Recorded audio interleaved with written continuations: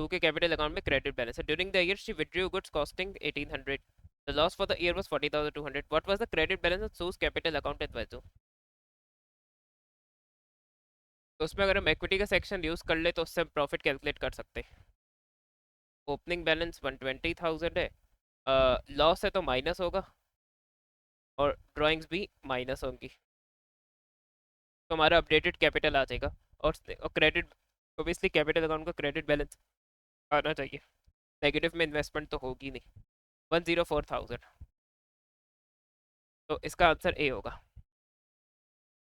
Bilal purchase goods on credit from Asim. Where should Asim record this transaction.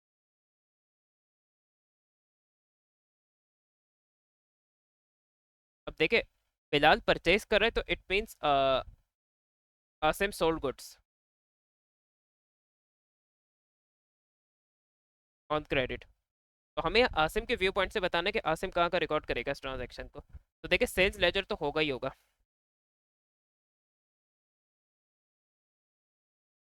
क्योंकि अगर आसिम अपनी books में बिलाल का अकाउंट रिसीवेबल अकाउंट बना रहे हैं तो वो उसके सेल्स लेजर में होगा. और दूसरा जनरल लेजर इसलिए होगा क्योंकि उसमें होगा रेवेन्यू का account in the books of Asim. तो जिसमें फॉल्ट नहीं है वो तो वैसे ही पुअर ऑप्शन है. ए कट जाएगा, सी कट जाएगा, बी और डी बचा. तो देखिए क्रेडिट में आसिम ने सेल किया और बिलाल ने परचेज किया. इट मीन्स अभी आसिम रिसीव अमाउंट बाद में करेगा, तो कैश बुक से भी कोई लिंक नहीं है इसका. तो फिर डी ही बच गया, 2 और 4. तो इसका आंसर डी होगा. Abdul sell goods to Rekha on credit. Some goods were damage in transit. Which documents would Rekha send to Abdul. अब अब्दुल ने कुछ गुड्स रेखा को भेजा, वो ड्यूरिंग गुड्स डैमेज हो गए. तो it means Rekha will do purchase return.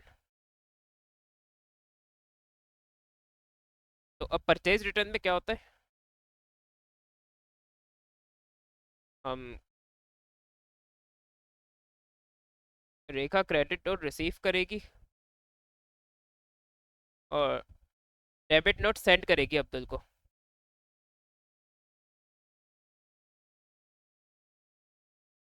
क्योंकि देखिए अब रेखा अब्दुल्ला को परचेज रिटर्न करेगी तो रेखा अपने बुक्स में अब्दुल्ला का अकाउंट डेबिट करेगी. तो वही नोटिफिकेशन भेजेगी अब्दुल्ला का कि हाँ मैंने बिकॉज ऑफ परचेज रिटर्न अपने बुक्स में आपका अकाउंट डेबिट कर दिया. और इसी तरह अब्दुल के लिए रेखा कस्टमर है तो अब्दुल को रेखा सेल्स रिटर्न, तो अब्दुल के लिए सेल्स रिटर्न होगा. अब्दुल अपने बॉक्स में रेखा के अकाउंट को क्रेडिट करेगा तो फिर अब्दुल्ला जो है वो रेखा को नोटिफिकेशन भेजेगा, yes I have credited your account. तो एक तरह से नोटिफिकेशन होते हैं डेबिट और credit. And these are alternative words for purchase return. तो परचेज रिटर्न के केस में क्रेडिट नोट रिसीव करते, डेबिट नोट इशू करते. तो रेखा ने फिर अब्दुल को डेबिट नोट भेजा होगा. What is not shown on an invoice. Not show trade discount देखें हमें, अगर सेल्स जर्नल परचेज जर्नल बनाए हो तो उसमें आता है. तो ए तो नहीं होगा.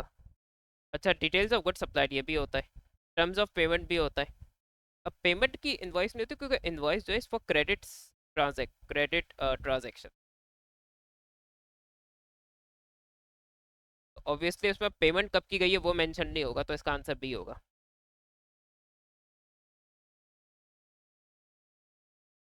On 1 September, Peter sent a check to his credit supplier John. This was correctly entered in John's books. On 10 September, the check was written unpaid due to lack of funds. Which entry should be made in the John's book on 10 September?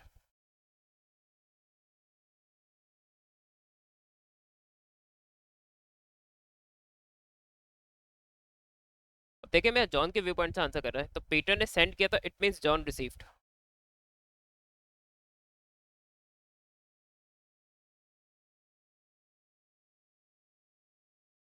देखिए बाद में वो पे John ने पे 10 सितंबर को वो dishonoured हो गया. The cheque was unpaid due to lack of funds. तो हमें डिसऑनर्ड चेक की एंट्री डिसाइड करनी है. तो डिसऑनर्ड चेक में जॉन के बुक्स में पीटर डेबिट होगा क्योंकि पीटर से स्टिल रिसीव करना. बैंक क्रेडिट होगा क्योंकि बैंक बैलेंस इंक्रीज नहीं हुआ. तो Peter bank. Which entry should be made to post the monthly totals of the discount. तो डिस्काउंट अलाउड में डेबिट होगा, डिस्काउंट रिसीव में क्रेडिट होगा क्योंकि डिस्काउंट अलाउड एक्सपेंस है, डिस्काउंट रिसीव इनकम है. तो एक्सपेंस अपने अकाउंट में डेबिट होगा, इनकम अपने अकाउंट में क्रेडिट होगी. That's it. Jaswinder maintains a petty cash book using the Impress system. The monthly impress of 100 is restored on the first day of each month. So impressed is sort of a minimum balance जो cash book में minor transactions के लिए maintain किया जाएगा, और वो restore होता है first day of each month, यानी नेक्स्ट मंथ के फर्स्ट डेट में हम उसे रिस्टोर करते हैं. In September the petty cash book showed the following expenses received. How much then does we need to restore the interest of. अब सितंबर के बाद ही अक्टूबर में पूछ रहे हैं कि कितना रिस्टोर करेगा. पहले सितंबर का सीडी निकाल लेते.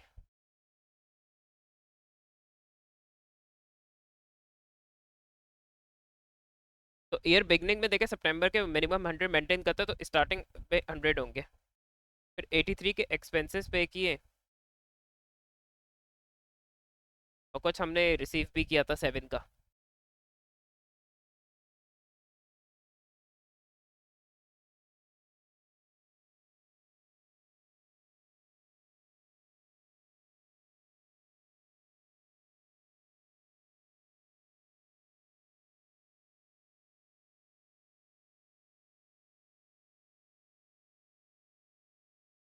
तो 100 माइनस 83 प्लस 7, अब बच गया इसका 24 सितंबर की एंड में.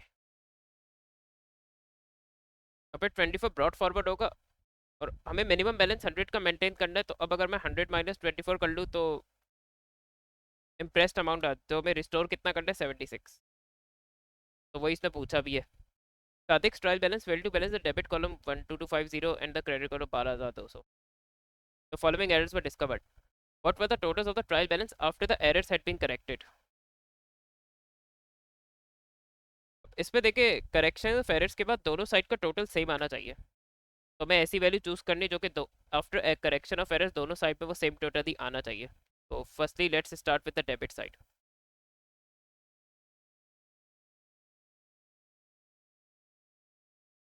अब डेबिट साइड का टोटल है 12250. No entry had been made for cash sales. तो कैश सेल्स कैश में डेबिट होता, रेवेन्यू में क्रेडिट होता, तो यहाँ भी आएगा. और कैश सेल्स या क्रेडिट साइड में आएगा क्योंकि रेवेन्यू में क्रेडिट होता है. The total of the discount receive amount account had been omitted from the trial balance. तो अकाउंटिंग सही की होगी, ट्रायल बैलेंस में से ओमिट किया है. तो ये 50 से यहाँ क्रेडिट होगा, क्रेडिट साइड में आएगा क्योंकि डिस्काउंट रिसीव इनकम है. अब देखते हैं दोनों का सेम आना चाहिए. तो दैट इज़ 12,400 और 12,200 प्लस 12,200 प्लस 150 प्लस 12,400. तो दोनों का सेम आ रहा है, इट मीन्स फिर 12,400 इसका आंसर होगा.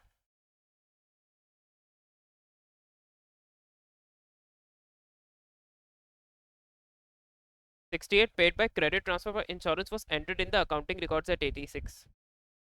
Which double entry will correct this error?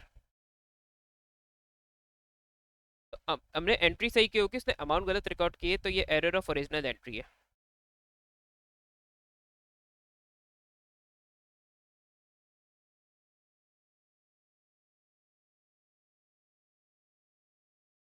तो अब जब इंश्योरेंस इसने पे किया होगा,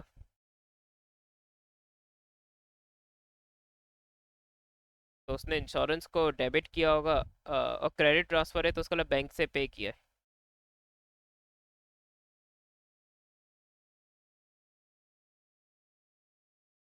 तो दोनों में 86.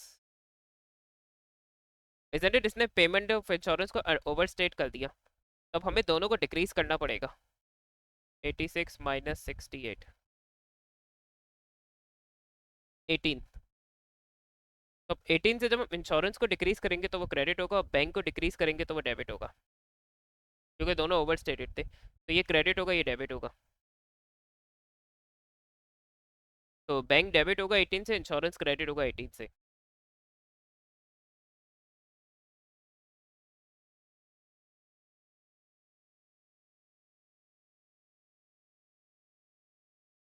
After preparation of her income statement, Emma discovered the following errors. A debt should have been written off as irrecoverable. Now it doesn't have your rent prepaid. The draft profit, what is the corrected profit? देखिए 35,000 में इनरिकवरेबल date तो obviously expense से profit को decrease करेगा. अब prepaid rent में ये होगा,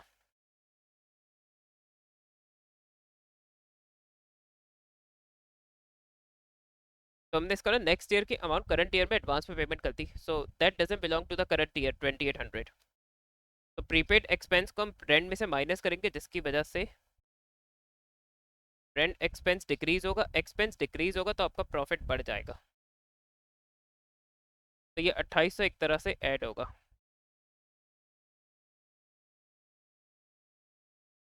minus 1500 plus 2800, so that is 36,300।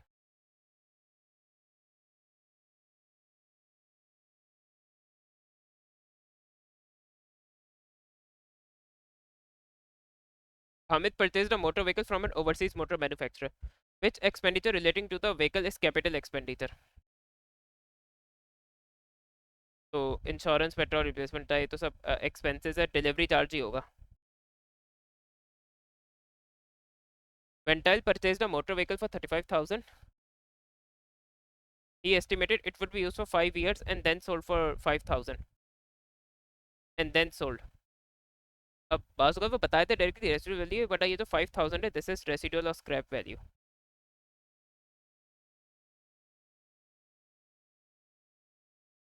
और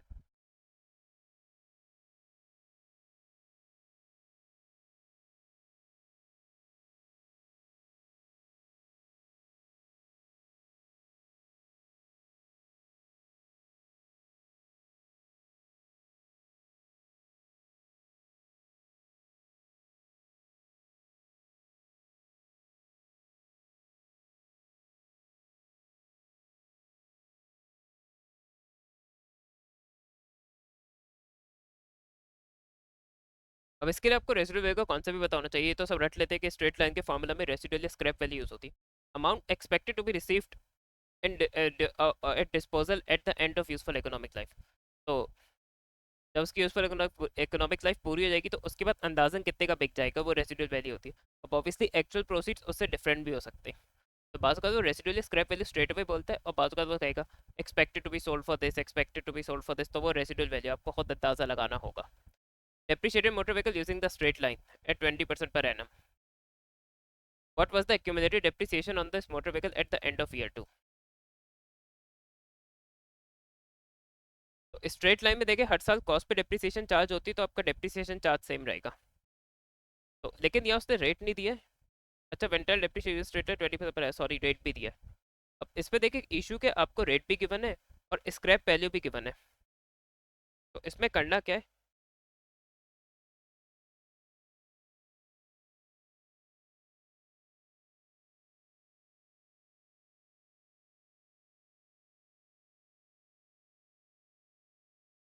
तो अगर कॉस्ट टू रेसिडुअल वैल्यू दोनों गिवन है, स्ट्रेट लाइन से चार्ज हो रहे हैं, रिड्यूसिंग बैलेंस में तो स्ट्रेट अवे आप यूजफुल इकोनॉमिक लाइफ को और रेसिडुअल वैल्यू को इग्नोर कर देंगे। अब यहाँ लेकिन क्या करना है, कॉस्ट है 35,000, उस पे से 5,000 माइनस होगा और फिर इस पे 20% लगेगा। ये नहीं कि कॉस्ट पे लगा दिया, अगर रेसिडुअल वैल्यू है तो वो कॉस्ट पे से माइनस करके उस वैल्यू पे आपको 20% डेप्रिसिएशन चार्ज करनी है। तो ये हो गया 6,000।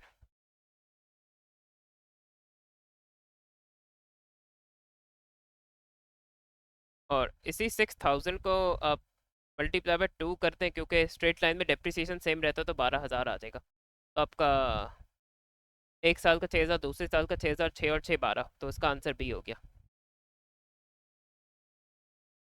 On the first day of his financial year, Jason purchased a new machine costing 20,000. On that date, his old machine had a book value of 6,000. Jason was allowed 4,500 for the old machine in part exchange. He paid the balance by check. Machine is depreciated at 20% per annum. How much should be charged to Jason income statement for the year?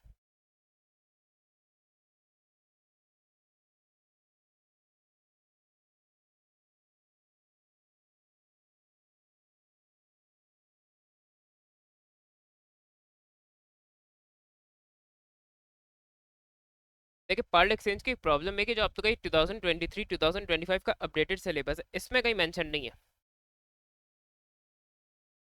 कि part exchange syllabus में, ए level के syllabus में clearly mentioned है। अब लेकिन आपके recent papers में ही part exchange test हुआ है, it means it's a part of syllabus, क्योंकि नवंबर 2022 का पेपर है। अगर इसमें पार्ट एक्सचेंज है तो उसका ना सिलेबस का पार्ट है वो। लेकिन पार्ट एक्सचेंज इतना मुश्किल नहीं, एक्चुअली इजी कॉन्सेप्ट है, इस पर बात कर लेते।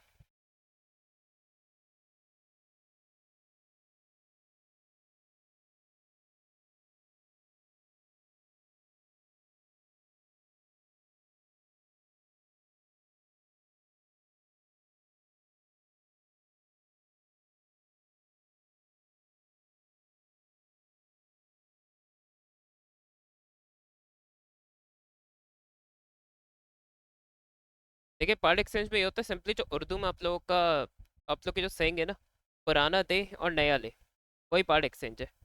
तो अगर हम कोई पुरानी चीज़ एक्सचेंज करते हैं नए के लिए, तो हमें नई चीज़ की जो प्राइस है उस पर कुछ डिस्काउंट मिल जाता है।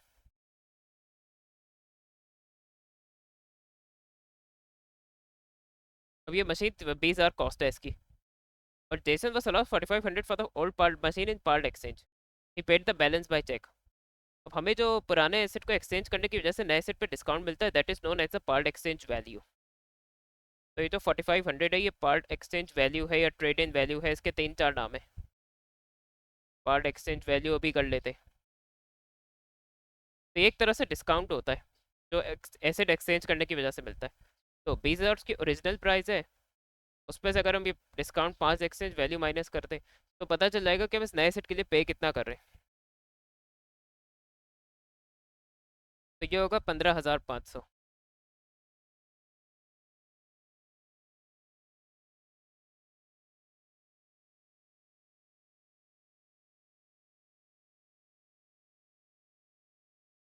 Paid for new machine.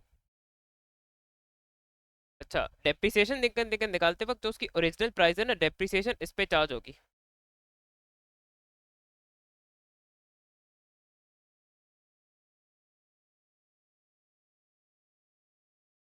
तो जो डिस्काउंटेड प्राइस है उस पे नहीं, जो आपकी ओरिजिनल कॉस्ट है आपको डेप्रिसिएशन उसी पे चार्ज करना है। और ऑब्वियसली हमने ओल्ड एसेट को डिस्पोज ऑफ किया to purchase a new machinery. अब देखिए मसला क्या है कि पार्ट एक्सचेंज में हम नए सेट के लिए पुराने को एक्सचेंज कर रहे होते, उसको बेच के में एक्चुअल में कुछ पैसे नहीं मिल रहे होते। तो अब उसमें किस चीज़ को एज डिस्पोजल प्रोसीड ट्रीट करें, क्योंकि जो हमने एसेट डिस्पोज ऑफ किया उसका गेन या लॉस ऑन डिस्पोजल भी will be part of income statement. पहले लेकिन जो इजी कैलकुलेशन है वो कर लेते, जो कि न्यू मशीन का डेप्रिसिएशन है। और ईयर बिगनिंग में इसने बाय कर लिया, इट मीन्स पूरे साल का डेप्रिसिएशन होगा।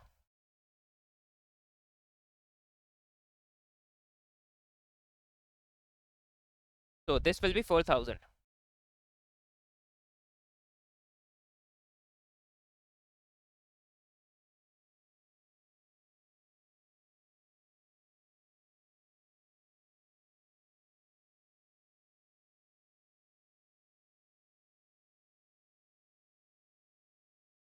अब इसमें तरीका ये कि हम इसमें पार्ट एक्सचेंज वैल्यू को, it will be treated as proceed.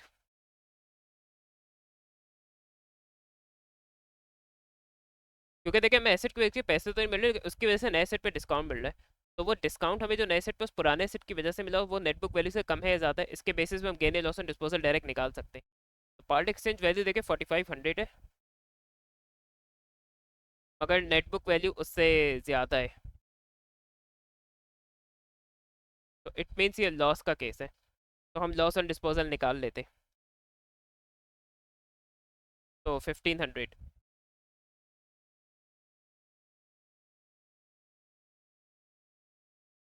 तो अब इसका हमें आंसर निकालना है, तो वो होगा 4,000 plus 1500।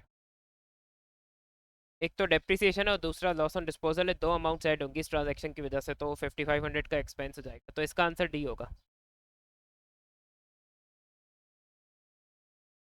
Martha rents out part of her business premises. On 1st September, she was owed rent and she was owed rent. था। It means accrued income given है, और रिसीव इतना किया, वर्मस ट्रांसफर, तो ट्रांसफर टू इनकम स्टेटमेंट निकालना है। इसका सबसे इजी सिंपल वे आउट यही है कि आप टी अकाउंट बना दें।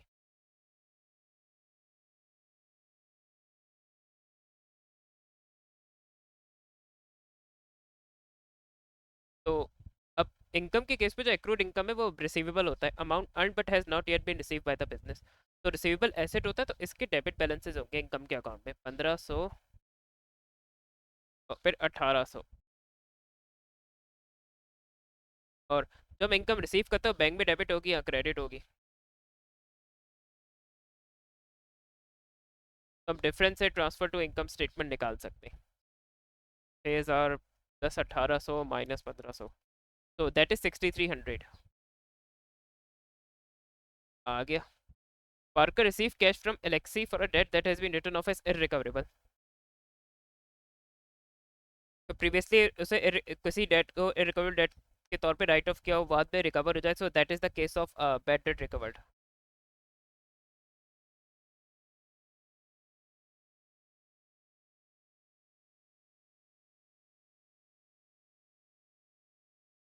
तो हमारे लिए बैड डेट रिकवर्ड है, बैड डेट रिकवर्ड हमेशा क्रेडिट होती है, तो वो एक ही ऑप्शन में हो रहा है, क्योंकि this is an income for the business. और बैड डेट रिकवर्ड क्रेडिट रहेगा, पैसे रिसीव करें तो कैश डेबिट होगा, तो इसका आंसर बी होगा। Why should inventory be valued at lower of cost in NRB? इसमें से लो वैल्यू चूज करेंगे तो इन्वेंट्री की वैल्यू कम तो हो जाएगी, तो ए तो बहुत स्टूपिड। हिस्टोरिक कॉस्ट नो, क्योंकि अगर एनआरवी लोअर है तो हम एनआरवी पे लोअर करेंगे, तो उसकी वजह से कॉस्ट में वैल्यू करेंगे नहीं, तो हिस्टोरिक कॉस्ट प्रिंसिपल भी नहीं होगा। मटीरियलिटी नहीं, अब लोअर वैल्यू पे वैल्यू करेंगे तो इन्वेंट्री ओवरस्टेट नहीं होगी, तो प्रॉफिट ओवरस्टेट नहीं होगा, क्योंकि इसमें केस ये होगा कि क्लोजिंग इन्वेंट्री की वैल्यू कम है। तो छोटी वैल्यू जब क्लोजिंग इन्वेंट्री की कॉस्ट ऑफ सेल में से माइनस होगी, तो कॉस्ट ऑफ सेल्स बढ़ जाएगी, कॉस्ट ऑफ सेल्स बढ़ जाएगी तो प्रॉफिट कम हो जाएगा। तो profit overstate of prudence concept sort of वो भी one of the reasons for this concept, तो इसका आंसर डी होगा। How would current assets be listed if they are arranged in increase decreasing order of liquidity? तो जब SFP में current assets का section बनाते हैं, वो इंक्रीजिंग ऑर्डर ऑफ लिक्विडिटी मिलता है, तो हम inventory least liquid current assets से स्टार्ट करते हैं और एंडिंग कैश पे करते हैं, which is the most liquid. तो डिक्रीजिंग में ये होगा।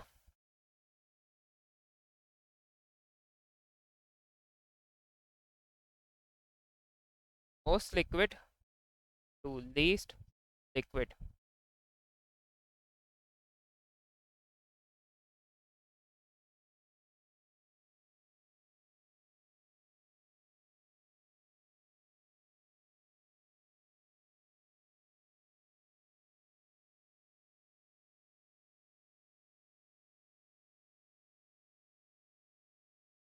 तो सबसे पहले जो लीस्ट, जो सबसे मोस्ट लिक्विड होता है वो कैश होता है, तो जिसमें कैश नहीं, वो तो आंसर ही नहीं होंगे। ये तो इंक्रीजिंग ऑर्डर ऑफ लिक्विडिटी में दोनों, और ये बैंक से स्टार्ट हो रहा है, इसका प्रॉब्लम है कैश, फिर बैंक पे ट्रेड से इन्वेंट्री, तो इसका आंसर बी होगा।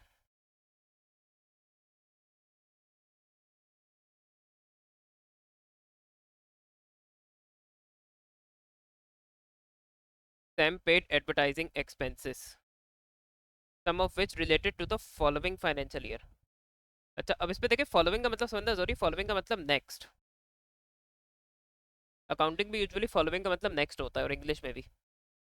Sam made an adjustment for this when preparing his financial statements for the current year. तो इसका मतलब उसने ये जो sum of it's related to the following financial year, तो इट मींस या प्रीपेड एडवर्टाइजिंग का केस है,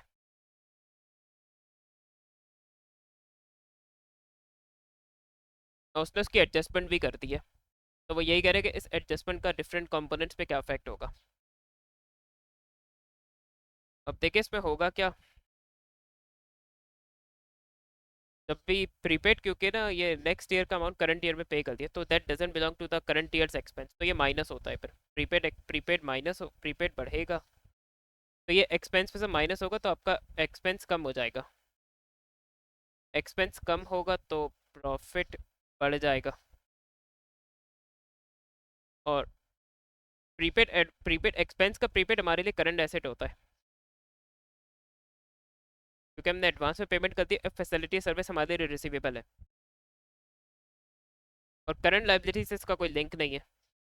तो ए इसलिए नहीं होगा, उस पर करंट लाइबिलिटी में टिक है। डी भी इसलिए होगा क्योंकि डी भी इसलिए नहीं होगा क्योंकि उस पर करंट लाइबिलिटी में टिक है।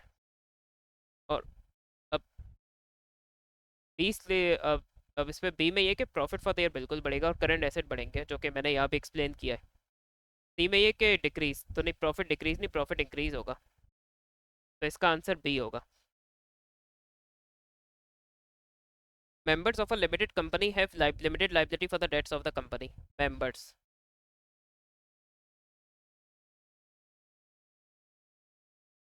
तो कभी कभी मेंबर्स, तो जो एक्चुअल फाइनेंशियल स्टेटमेंट्स है, उसमें शेयर होल्डर्स को एज मेंबर्स कह रहा होता है, तो मेंबर्स एक तरह से शेयर होल्डर्स ही होते हैं।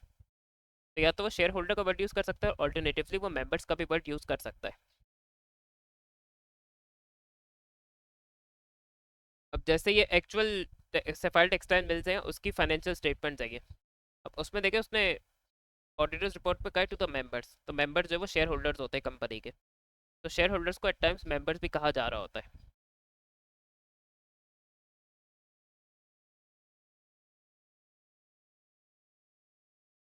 तो limited liability for the debts of the company. अब इसमें पहले तो लिमिटेड लाइबिलिटी का कॉन्सेप्ट क्लियर होना चाहिए।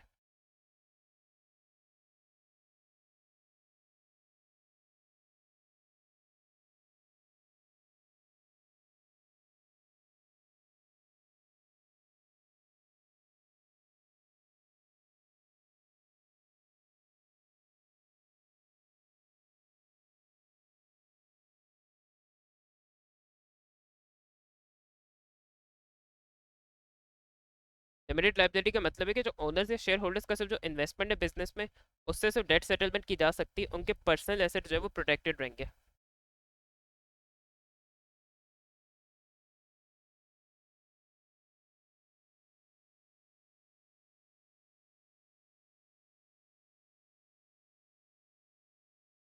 Members are equally liable for the debt, limited से तो लाइबिलिटी कम हो जाती है, तो ये तो बहुत ही कोई स्टूपिड आंसर है, equally liable. Members are liable only up to the value, personal assets तो प्रोटेक्टेड रहते हैं, ये भी नहीं होगा। Members are liable only up to the amount they agree to pay for the shares in the company. Member are liable only up to the value of debentures. Debentures तो जो है वो, जो कंपनी के डिबेंचर्स परचेज करते हैं वो तो लेंडर्स होते हैं, कंपनी के मेंबर्स या शेयर होल्डर्स नहीं होते। तो उन्होंने जितना शेयर्स पे इन्वेस्ट किया बस उतना अमाउंट उनका यूज हो सकता है डेट सेटलमेंट के लिए, उनके पर्सनल ऐसे सेफ रहेंगे, तो इसका आंसर सही होगा।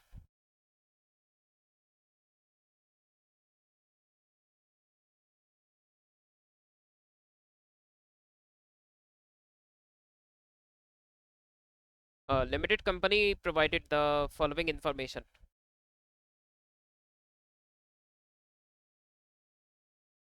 What was the retain earning? तो नॉन करंट एसेट है, शेयर कैपिटल है, 5% डिबेंचर्स है, नेट करंट एसेट्स है। तो नेट करंट एसेट्स एक तरह से current asset minus current liability है। इन अदर वर्ड्स ये उसने वर्किंग कैपिटल दिया हुआ है।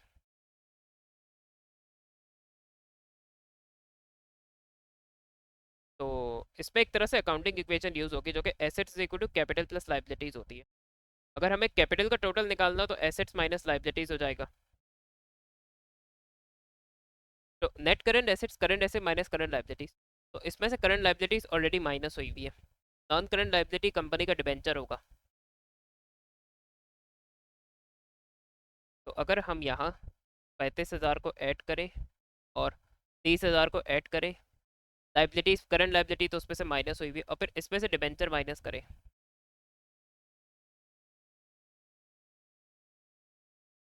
Current asset plus current asset total non current asset में करंट ऐड किया, उसमें से करंट लाइबिलिटी ऑलरेडी एडजस्टेड है, और फिर हमने जो रिमेनिंग नॉन करंट लाइबिलिटी वो माइनस कर दी, तो इक्विटी टोटल आ जाएगी इक्विटी कंपनी की। क्योंकि कंपनी की कैपिटल में कंपनी की equity share capital plus reserves होती है, वो सिर्फ शेयर कैपिटल नहीं होता।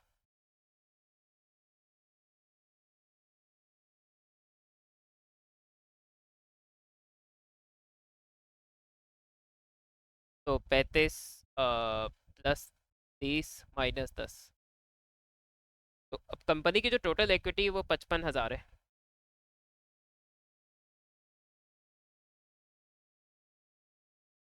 अब उस इक्विटी में से कुछ तो ये ऑर्डिनरी शेयर कैपिटल होगा।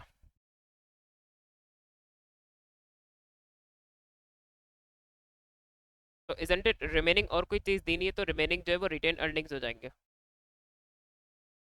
तो इसका आंसर ए होगा।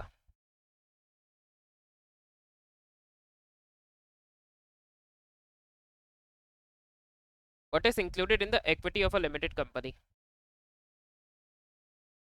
ऑर्डिनरी शेयर कैपिटल बिल्कुल होता है, रिटेन अर्निंग भी होता है, जनरल रिजर्व भी होता है, डिबेंचर नहीं होता, ये एनसीएल है। तो जिसमें तीनों चूज किए हुए वो आंसर हो जाएगा। पे जनरल रिजर्व नहीं है,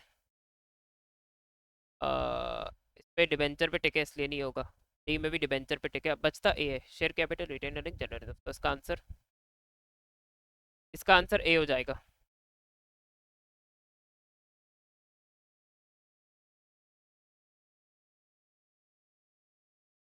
The financial year of a club year ends on 30 September. During the year ended 30 September 2022, the club received an interest-free loan from a member.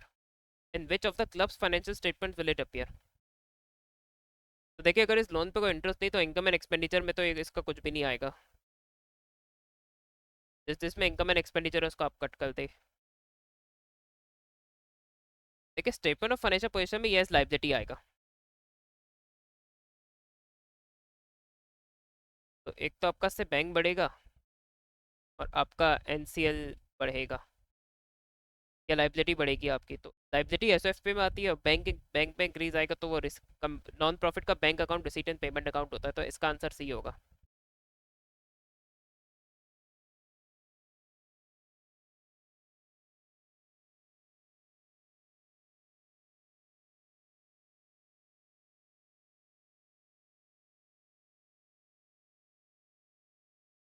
A club had an accumulated fund at the start of the year for 18,000 and at the end of the year। तो opening और closing capital दिए हुए, तो accumulated fund is equity for NPO। New equipment costing was bought during the year। Total expenses for the year were, the only income came from subscriptions। How much were subscriptions for the year?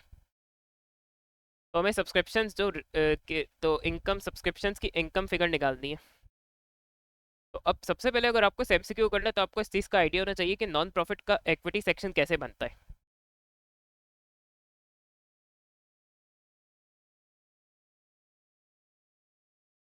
तो opening accumulated fund जो कि आपका 18,000 है,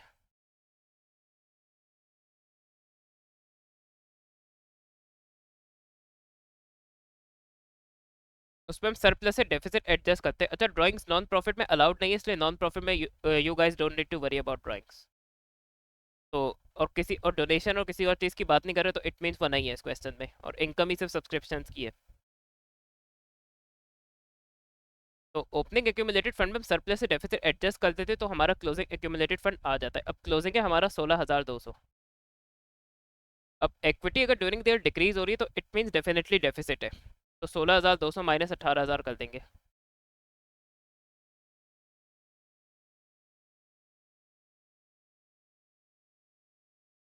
तो that is 1800।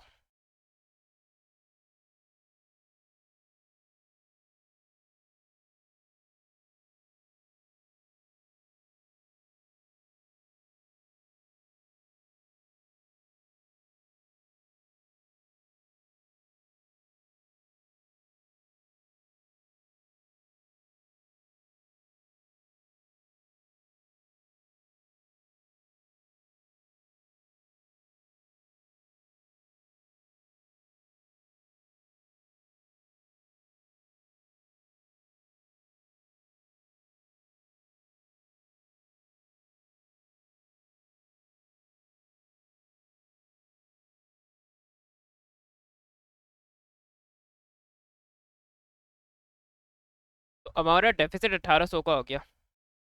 अभी 1800 का deficit, अब देखिए अब प्रॉपर इनकम एंड एक्सपेंडिचर बनाने की जरूरत है, हम रफ करेंगे। हम इनकम में से एक्सपेंसेस माइनस करते तो हमारा सरप्लस से डेफिसिट आ जाता है। तो हमारी इनकम जो है वैसे सब्सक्रिप्शन है तो वो हम इसको एक्स रख लेंगे, और एक्सपेंसेस 9550 के। इस पर इसको नहीं लेंगे क्योंकि ये नॉन करंट एसेट है। तो नॉन करंट एसेट की परचेज थी, उसका अगर कोई डेप्रिसिएशन है तो वो आता है। वो डेप्रिसिएशन उसने खुद एडजस्ट कर दिया होगा इन एक्सपेंसेस में। तो -1800 प्लस 9,550, -1800 प्लस 9,550, तो दैट इज 7,750। तो ये हमारा सब्सक्रिप्शन आ गया।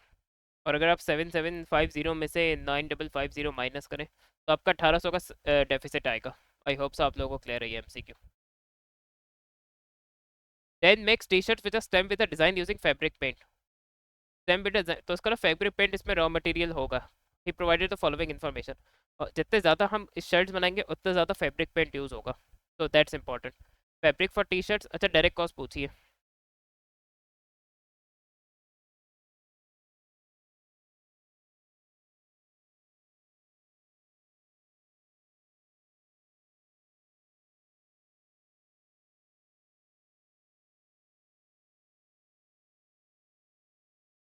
तो सॉर्ट ऑफ ये वेरिएबल कॉस्ट होती है। अब मैन्युफैक्चरिंग में डायरेक्ट कॉस्ट को रिड्यूस करता है। अब कॉस्ट अकाउंटिंग इंशाल्लाह आप लोग अगर एएस लेवल में जो भी लोग अकाउंट्स लेंगे तो वो एएस लेवल में स्टडी करेंगे वेरिएबल कॉस्ट, तो उसका कॉन्सेप्ट बिल्कुल डायरेक्ट कॉस्ट वाला है। तो वो कॉस्ट जो डायरेक्टली प्रोडक्शन यूनिट्स का चेंज होती है, वेरी होती है, वो डायरेक्ट कॉस्ट होती है। तो हमें factory for T shirts obviously, factory heating and lighting ये ओवरहेड है, ये नहीं आएगा। फैब्रिक पेंट बिल्कुल। अच्छा, फैक्ट्री रेंट भी ओवरहेड है। ये वो कॉस्ट है जो फैक्ट्री के लिए हमें पे करनी पड़ती है, लेकिन डायरेक्टली प्रोडक्शन यूनिट्स के साथ चेंज नहीं होंगी। वेजेस ऑफ मशीन ऑपरेटर, हाँ, जितना ज़्यादा कपड़े भरेंगे उतना ज़्यादा ऑपरेटर्स को ही पे करना पड़ेगा, सुपरवाइजर नहीं है, तो ये भी होगा। तो हम पे 10,000 और 4,000 ऐड करेंगे और 16,000 ऐड करेंगे।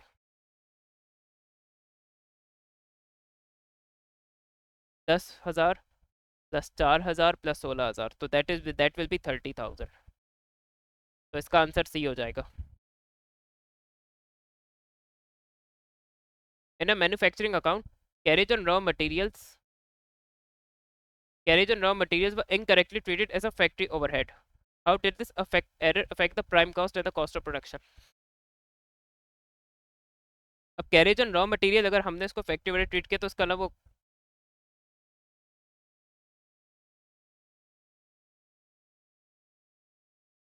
तो उसका ना रॉ मटेरियल की कॉस्ट में नहीं ऐड हुआ। रॉ मटेरियल की कॉस्ट जो है वो डायरेक्ट होती है।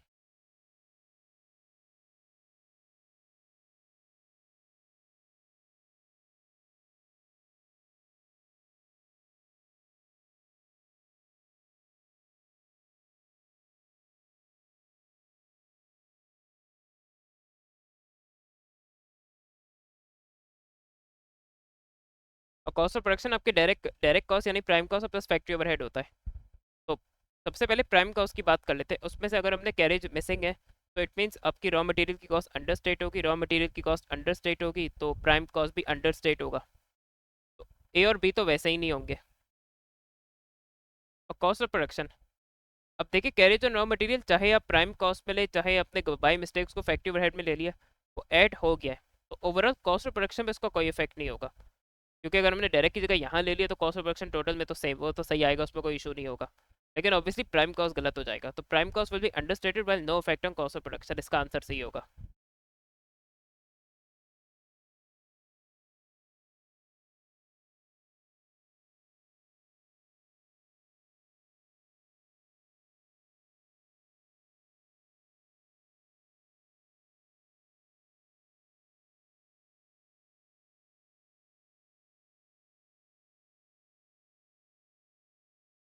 Then provided the following information: 1 October 2021, September 2022. What was the 10th profit or loss for the year? तो ये ओपनिंग है probably, एंड दैट्स क्लोजिंग। तो ईयर बिगनिंग के एसेट्स और लाइबिलिटीज दिए हुए, और प्रॉफिट और लॉस ऑब्वियसली एसेट्स और लाइबिलिटी से तो आएगा नहीं। तो इसमें होगा क्या, जो सोल ट्रेडर का इक्विटी सेक्शन है वो बनेगा। अच्छा, आजकल के पेपर्स में इशू ये भी कि जो P2 है ना, स्पेशली 2020 एंड ऑनवर्ड्स, उसमें इनकम स्टेटमेंट वगैरह ज़्यादा आ रही होती है, एसएफपी कम आ रही होती है। और ये प्रॉब्लम ए लेवल्स में भी है कि रिसेंट जो क्वेश्चन है उस पर बैलेंस शीट पे स्टेटमेंट ऑफ फाइनेंशियल पोजीशन में फोकस कम है, क्योंकि क्वेश्चन अब कम मार्क्स के होते हैं तो उस पर वो सब कुछ टेस्ट कर नहीं सकता। पुराने जो क्वेश्चन होते थे उस पर पूरा बैलेंस शीट तक जाता था वो।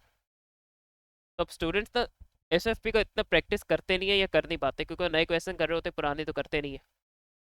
तो उनको एसओएफपी की इतनी प्रैक्टिस होती नहीं है, या उनकी इतनी चीज़ों का आइडिया होता नहीं है। और जब उससे रिलेटेड कोई चीज़ टेस्ट हो जाती है, फॉर इंस्टेंस एमसीक्यूज में, या कोई ऐसी चीज़ वो टेस्ट करता है पेपर में जिसमें एसओएफपी की नॉलेज जो यूजफुल होती है, तो वहाँ थोड़ा स्टूडेंट अब लैग करते हैं। तो अब इसमें इक्विटी का सोल ट्रेडर का सेक्शन बनेगा, ओपनिंग कैपिटल, इसमें प्रॉफिट लॉस एडजस्ट होगा, तो हमारा क्लोजिंग आ गया होगा। अच्छा देखिए, ड्राइंग्स की कोई बात नहीं कर रहा, इसका नहीं है। ड्राइंग्स की कोई बात नहीं कर रहा, इसका मतलब वो नहीं है। और अब मसला ये कि ना क्लोजिंग कैपिटल अभी गिवन है, ना प्रॉफिट लॉस का कुछ पता है, ना ओपनिंग कैपिटल गिवन है, तो अब क्या करें। लेकिन ओपनिंग और क्लोजिंग कैपिटल इसमें कैलकुलेट हो सकते हैं, क्योंकि हमें ईयर ओपनिंग और क्लोजिंग एसेट्स और लाइबिलिटीज दिए हुए, तो हम अकाउंटिंग इक्वेशन को यूज़ कर सकते हैं। तो 10,000, 10 2500, 10 1500, 10,000 प्लस 2500 प्लस 1500 माइनस 800 माइनस 1000। तो total assets minus total liabilities से ओपनिंग कैपिटल आ जाएगा। तो 10,000 प्लस 2500 प्लस 1500 माइनस 800 माइनस 1000, तो 12,200।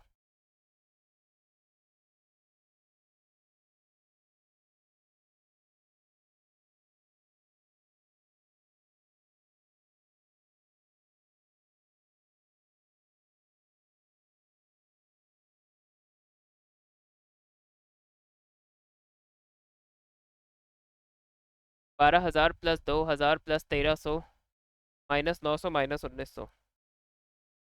12,000 plus 2,000 plus 1300 minus 900 minus 1900,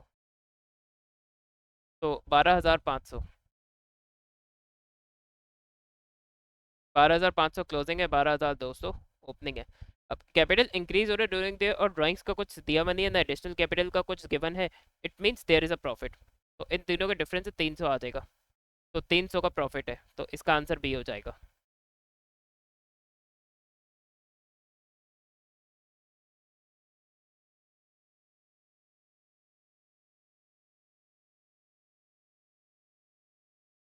Aruna does not uh, Aruna does not maintain a full set. She provided the following information. What was the cost of her purchases during the year? और सारी आप देखिए trade payable की information given है, तो उसका ना trade payable या एसएलसीए बनेगा।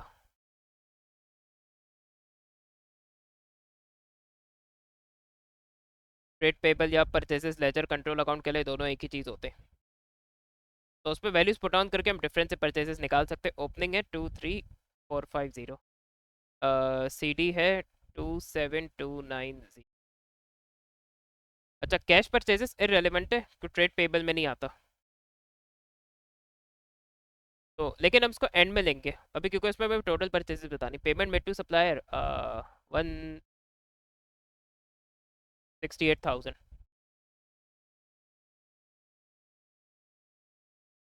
तो डिफरेंस है, परचेजेस आ जाएगा।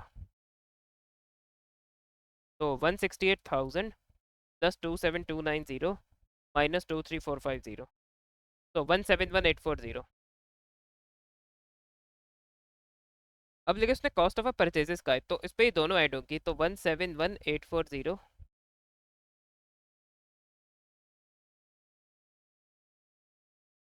171,840 प्लस 171,840 प्लस 16,000, 187,840। तो इसका आंसर डी हो जाएगा।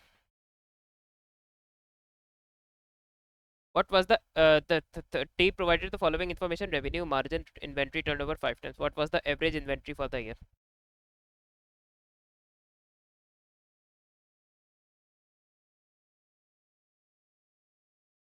तो पहले तो उसमें इन्वेंट्री टर्नओवर की बात कर लेते हैं।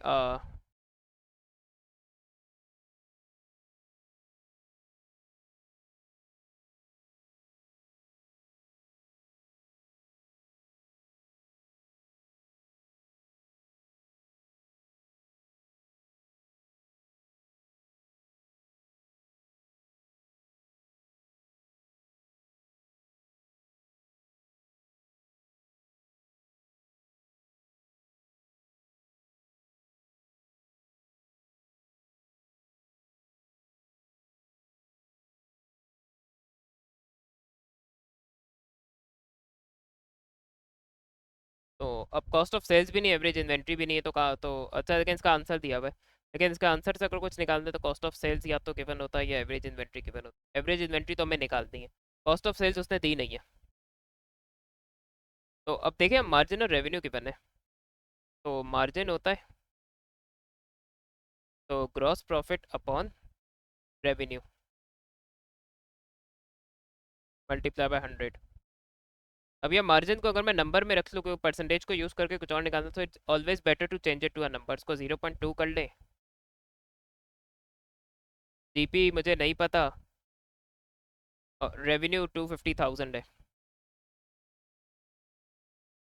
अगर आप परसेंटेज को नंबर में चेंज कर लेंगे तो फॉर्मूला में मल्टीप्लाई बाय 100 नहीं करना पड़ेगा। इससे थोड़ा इक्वेशन सॉल्व करना आसान हो जाती है और जल्दी भी सॉल्व होती है। 250,000 into 0.2, so that is 50,000।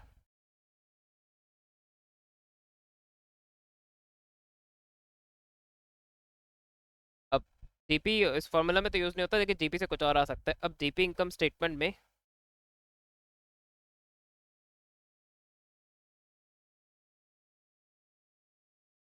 Revenue minus cost of sales.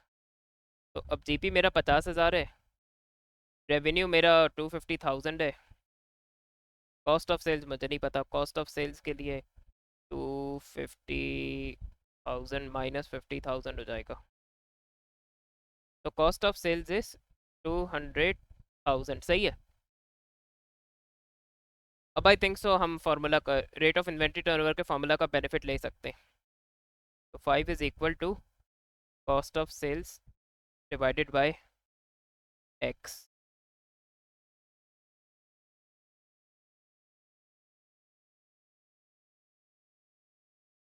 तो 5x is equal to 200,000, x is equal to 200,000 divide by 5। तो क्या हमारी एवरेज इन्वेंट्री 40,000 आ गई। तो इसका आंसर सी होगा।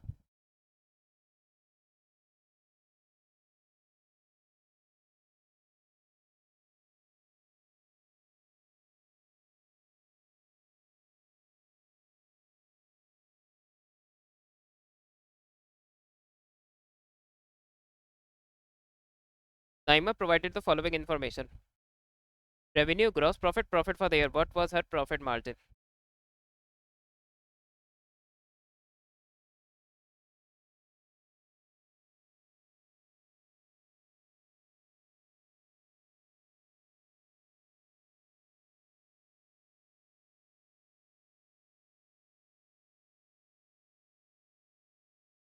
Profit margin simply profit for the year divide by revenue से आ जाएगा।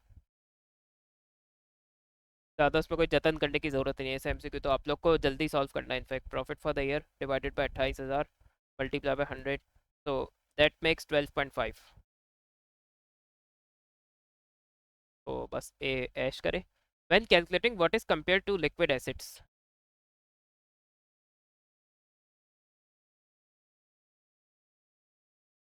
Current liabilities, current asset divide by current liabilities होता है। लिक्विड एसेट सॉर्ट ऑफ वो, तो इसका इस सेंस में कह रहा है current assets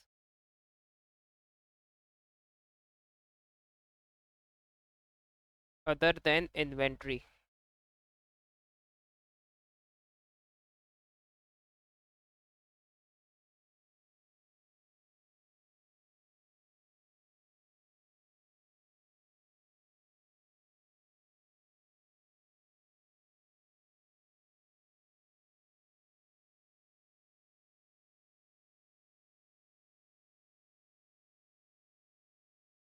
A trader provided following information: year 1, year 2, what would explain these changes? अब इस पे देखिए, क्योंकि उसने नंबर दिए तो it's always better to verify, वरना पर रिस्क होता है कि आप गलत आंसर चूज कर ले।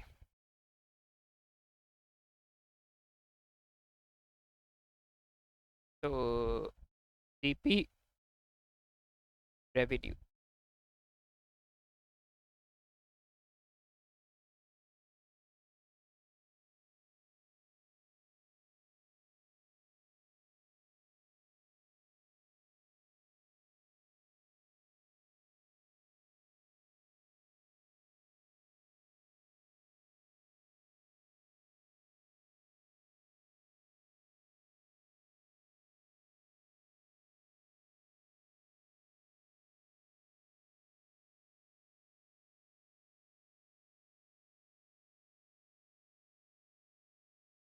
अब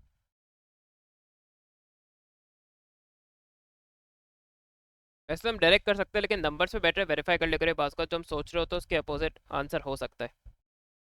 अब ग्रॉस मार्जिन और ग्रॉस प्रॉफिट दिया हुआ है, तो 0.35 is equal to 40,000 divided by x. तो यहाँ अगर हम 40,000 को 0.35 से डिवाइड कर दें तो हमारा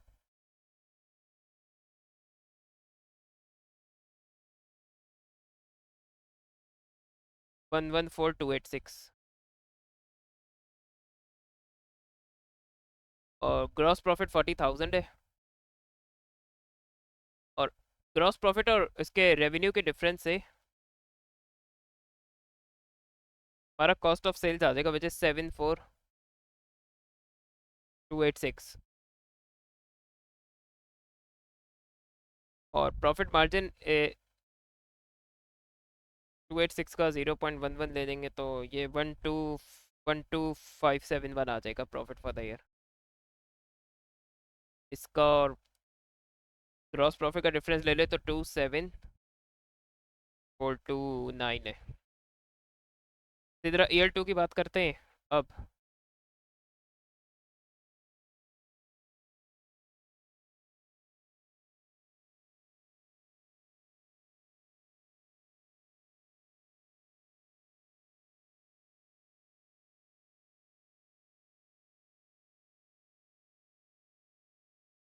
इसमें 27427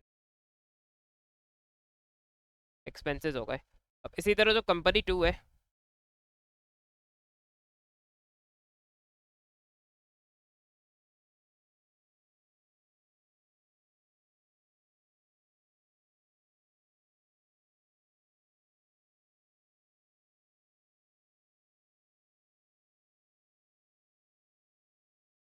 तो इसका भी 0.35 है और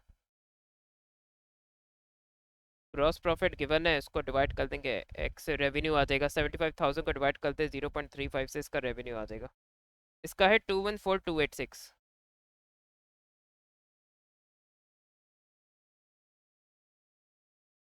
और ग्रॉस प्रॉफिट है हमारा 75,000। इसके और ग्रॉस प्रॉफिट के डिफरेंस हमारा कॉस्ट ऑफ सेल्स आ जाएगा 139286 और हमारा अब 214286 मल्टीप्लाई बाय 0.2 तो हमारा प्रॉफिट फॉर द ईयर भी आ जाएगा 47143 47143 माइनस 75,000 डिफरेंस है ऑपरेटिंग एक्सपेंसेस आ जाएगा विच इज 27857। तो अब explain this changes increase in selling price and decrease in दोनों का ग्रॉस प्रॉफिट ज़्यादा है। An increase in selling price and decrease in sales quantity. अब सेल्स क्वांटिटी के बारे में कोई स्पेसिफिक इन्फॉर्मेशन दी हुई नहीं तो हम गारंटी से कह नहीं सकते।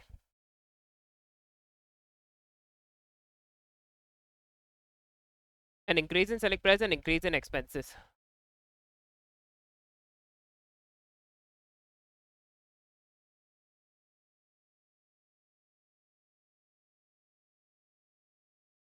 An increase in sales quantity and a decrease in selling price.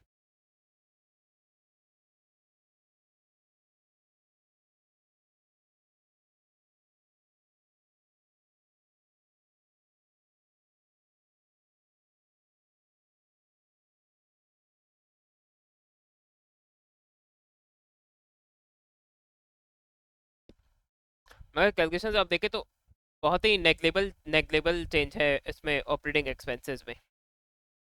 तो ये भी कुछ मेक सेंस नहीं करता। अब सेल्स क्वांटिटी के मेरे को इन्फॉर्मेशन दी भी नहीं लेकिन हमें थोड़ा रिस्क लेना होगा गैसिंग का तो ऐसा कैलकुलेशन भी इसमें ऐसा यूजफुल नंबर्स प्रोड्यूस नहीं कर रही ज़्यादा आंसर्स के हिसाब से। लेकिन जो लास्ट मैंने किया था उसमें देखिए कैलकुलेशन से हर चीज़ वेरीफाई हो रही थी तो इसलिए मैंने to be on the safe side कर दी।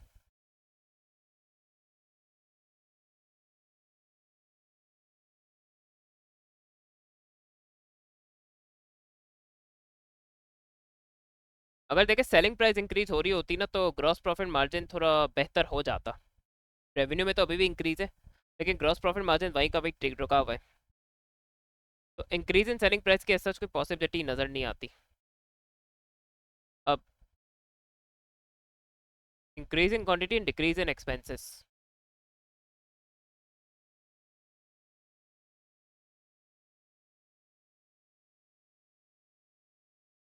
क्योंकि देखिए डिक्रीज इन एक्सपेंसेस या एक्सपेंसेस में स्लाइट चेंज तो पॉसिबल है।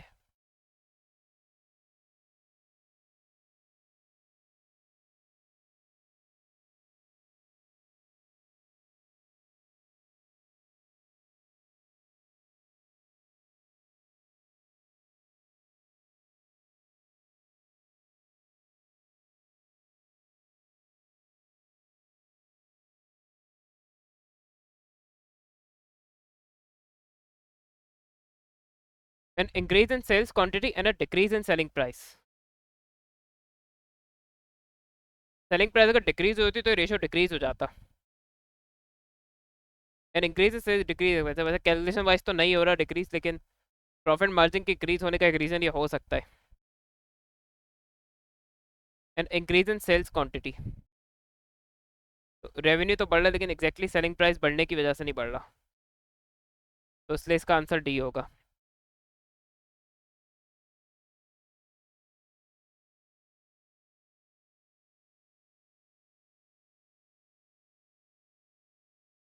A business renewed an insurance policy. The total amount paid was charged as an expense in the income statement, even though half related to the next financial year. तो हमें सब current year का जो half amount है हमें सब वो income statement में देना चाहिए था. जो नेक्स्ट ईयर का पेमेंट हमने करंट ईयर में कर दी वो नेक्स्ट ईयर के इनकम स्टेटमेंट में आना था, क्योंकि इनकम स्टेटमेंट में ड्यूरिंग द अकाउंटिंग ईयर जितनी फैसिलिटी या सर्विस अवेल करते उतना एक्सपेंस आता है. तो ऑब्वियसली ये मैचिंग कॉन्सेप्ट की वायलेशन है. What is meant by business entity? Will continue to operate indefinitely. This is sort of going concern. और उसके बारे में भी पूरी सही बात नहीं लिखी है. Goods taken by the owner record होता है. अगर बिजनेस से ऑब्वियसली लेके जा रहे तो रिकॉर्ड तो होगा. All aspects of the business are recorded in money terms. That is money measurement.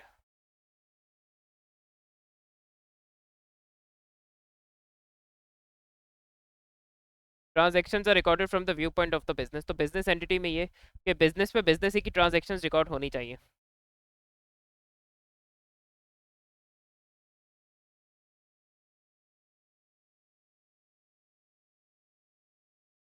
Which statement is not correct? तो हमें गलत चीज़ ढूंढनी है.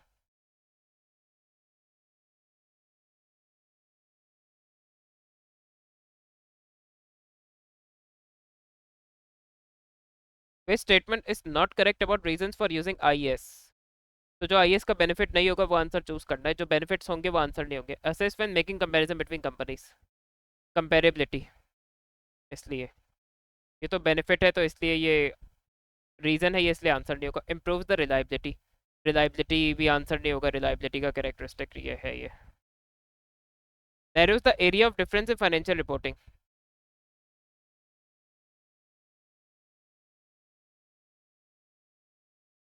तो कंसिस्टेंसी कॉन्सेप्ट फॉर कंपेरेबिलिटी. तो कंसिस्टेंसी कॉन्सेप्ट इसीलिए होता है कि अगर हम कंसिस्टेंसी से अकाउंटिंग पॉलिसीज को फॉलो करेंगे तो वो कंपेरेबल रहेंगे financial statements with past years and with competitors. Makes preparation नहीं, इससे तो इनफैक्ट टाइम कंज्यूमिंग और हो जाता है, क्योंकि आईएएस को फॉलो करना है तो उससे तो फाइनेंशियल स्टेटमेंट्स को मेक श्योर करना that they are prepared in accordance with IAS. That will require more time. तो ये आंसर होगा इसका, ये गलत पॉइंट था. तो आई होप सो आप लोगों को फर्दर क्लियर हुआ होगा कि ओ लेवल के रिसेंट पेपर के एमसीक्यूज कैसे करने.